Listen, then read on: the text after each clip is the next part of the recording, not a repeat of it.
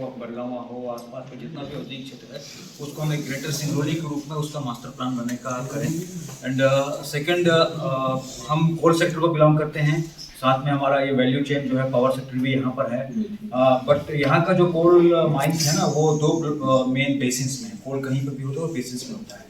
एक है मोहर सब बेसिन जहाँ पर कि अभी हमारी ऑल 10 माइंस ऑफ एनसीएल हैं और वो शासन की माइन है, ये मोहर सब बेसिन है।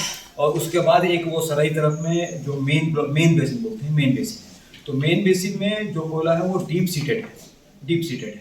एंड ये जो कोयला है हमारी 10 माइन और ये अमलोरी की माइन, ये मैंने सॉरी शासन की माइन, हमारा जो प्रोडक्शन है कोल एनसीएल का by 2046-47, also that is a perspective planning, but वो डिक्लाइन होके may be in the range of 70 million ton तक आ जाएगा। अभी जो कि 140 है, 2047 तक में वो 70 आ जाएगा, हाफ हो जाएगा।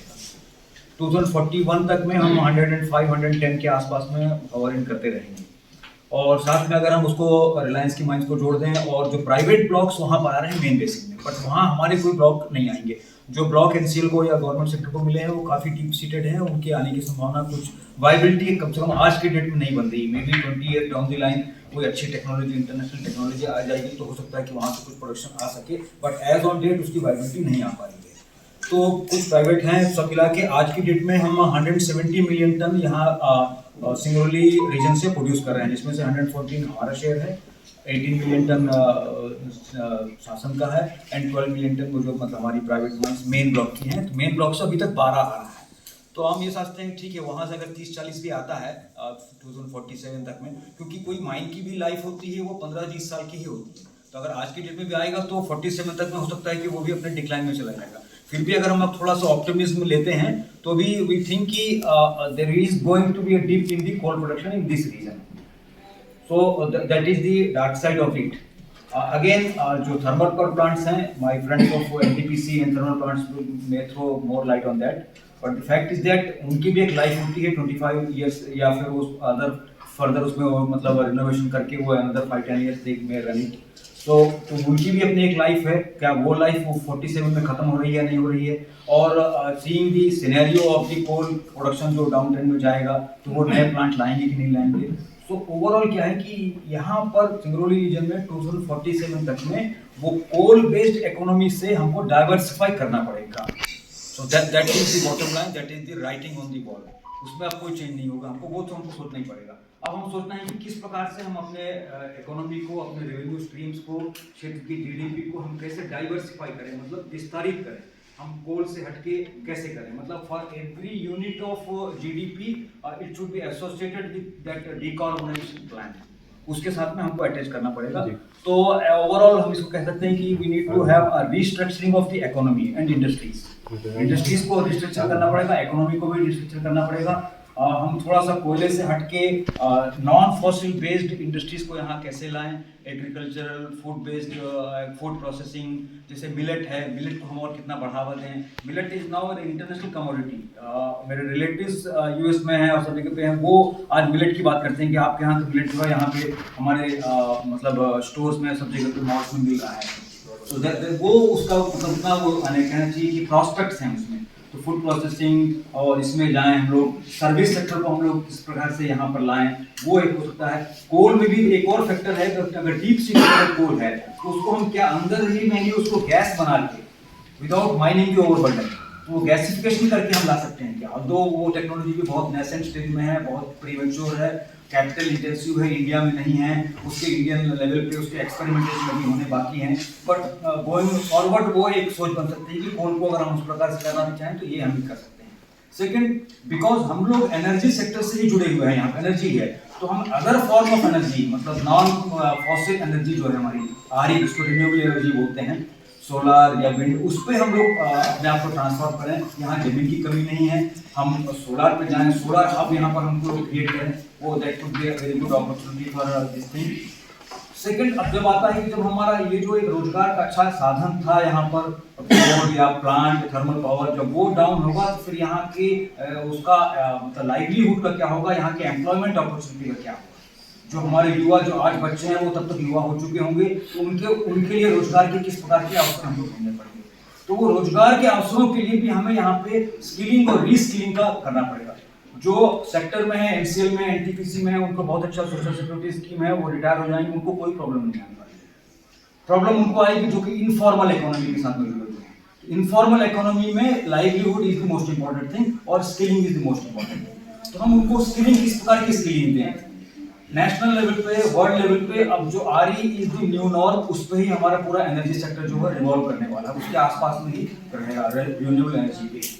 तो हम अपने बच्चों को वो RE की ट्रेनिंग दें। देखिए क्या है कि सोलर बैठा रहे हैं, सोलर के EPC कॉन्ट्रैक्ट्स होते हैं, मैंने हमारा EPC कॉन्ट्रैक्ट होता है वो इंजीनियरिंग प्रोक्योरमेंट एंड कमीशनिंग, वो उसके बाद सोलर के O&M वेंडर्स होते हैं, उनको स्किल वर्कफोर्स की जरूरत होती है। उसके लिए हम अच्छा स्किल सेंटर यहाँ पर खोलें या फिर किसी और स्किल सेंटर से कॉन्ट्रैक्ट करके उनको यहाँ पर लाके उनकी फ्रेंचाइजी करके वो करें। और वाई ओनली सोलर, हम उसमें सोलर में भी बहुत सारे आगे हैं, फ्लोटिंग सोलर है, रूफटॉप सोलर है, then municipal waste to energy है, गोइंग फॉरवर्ड हमारा हाइड्रोजन सेक्टर हमारा आने वाला है।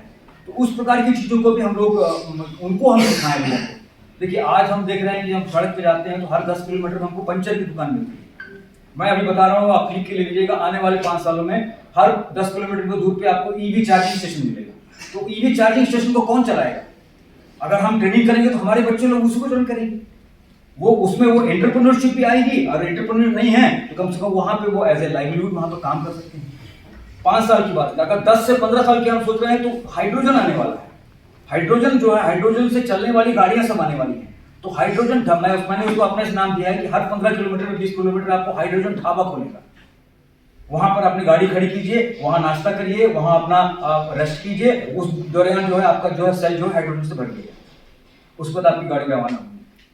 तो इस प्रकार के सेक्टर्स पे हमको काम करने की जरूरत है यहाँ पे, सो दैट हमारे युवाओं का रोजगार के अवसर खत्म हो, क्योंकि क्षेत्र का ट्रांजिशन होने वाला है, एनर्जी ट्रांजिशन होने वाला है। उस एनर्जी ट्रांजिशन को किस प्रकार से हम इक्विटी, डिस्ट्रीब्यूशन, इक्वालिटी और जस्ट बनाएं, वो हम सब के ऊपर इतने लोग जो बैठे हैं हमारे मतलब विजडम पर निर्भर करता है।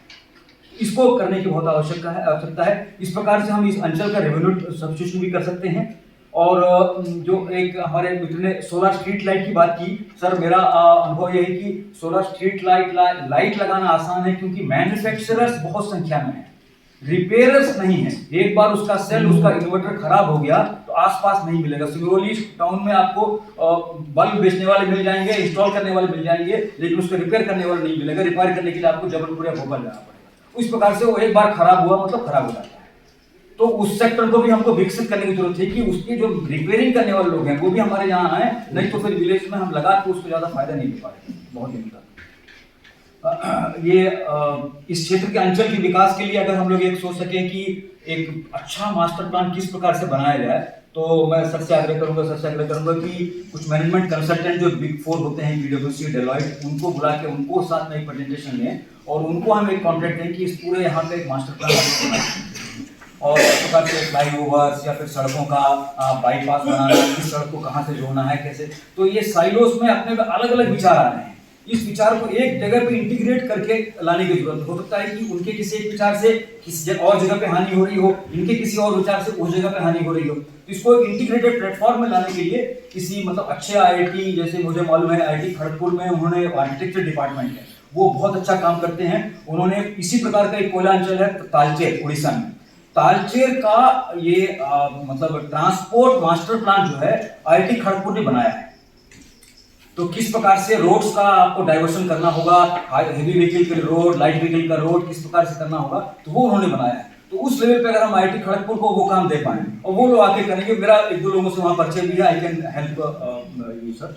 तो इस प्रकार से हम लोग इसको आगे कर सकते हैं। एक छोटा सा और प्रश्न आया था कि क्या सोलर को हम लोग ओबी डंप्स पे लगा सकते हैं क्या? बहुत अच्छा विचार था, लेकिन क्या है कि उस पर स्टडी हुई है तो ओबी डंप जो है ना वो स्टेबल नहीं होता है, वो बारिश के साथ में वो डाउन होता है, उसमें वाटर के पोर्स जाते हैं। तो सोलर के स्ट्रक्चर के लिए जो है ना वो स्टेबिलिटी बहुत जरूरी है, तो इसलिए उसको वहां डंप नहीं कर सकते। First thing. सेकंड थिंग क्या है, जो भी मेरे डंप है, जो भी लैंड इक्वेशन है, मैं उसमें मेरा मैक्सिमम जो है वो फॉरेस्ट लैंड है। तो अल्टीमेटली वन और अदर डे फॉरेस्ट डाइवर्शन हुआ है, फॉरेस्ट मेरा जो डाइवर्ट करके मुझे दिया है वो नहीं किया गया, हैंड ओवर नहीं किया गया, it is only diversion. Once मेरा माइनिंग हो गया है तो मुझे फॉरेस्ट डिपार्टमेंट को उसको बैक हैंड ओवर कर देना है फॉरेस्ट लगा के, इसलिए उसमें सोलर की समझ वो जो है वो नहीं हो पा रहा है। एक और बात है जैसे कि वो पीएसपी जो पंप स्टोरेज प्रोजेक्ट की बात हुई थी, पंप स्टोरेज के लिए गुड न्यूज़ ये है सर कि जो मोडवानी डैम है वहाँ पर, तो कोल इंडिया लिमिटेड ने अक्रॉस सभी कंपनियों के लिए ये पीएसपी प्लांट्स के लिए एक कॉन्ट्रैक्ट दिया था टाटा कंसल्टिंग इंजीनियर्स को। तो उन्होंने 3 जगह पे देखा है, एक गोरबी माइन जो बंद हो गई वो, और एक हमारा इंटीग्रेटेड वाटर सप्लाई सिस्टम है वो, और तीसरा मोडवानी। 3 जगह में उनको मोडवानी डैम जो है वो 50 मेगावाट के लिए उनको फिजिबल लगा है। So they have submitted the pre feasibility report, now Coal India is taking a call on that, उसके बाद उनसे डीपीआर मांगा जाएगा। तो इसी status. Thank you. Very nice. Thank you very much.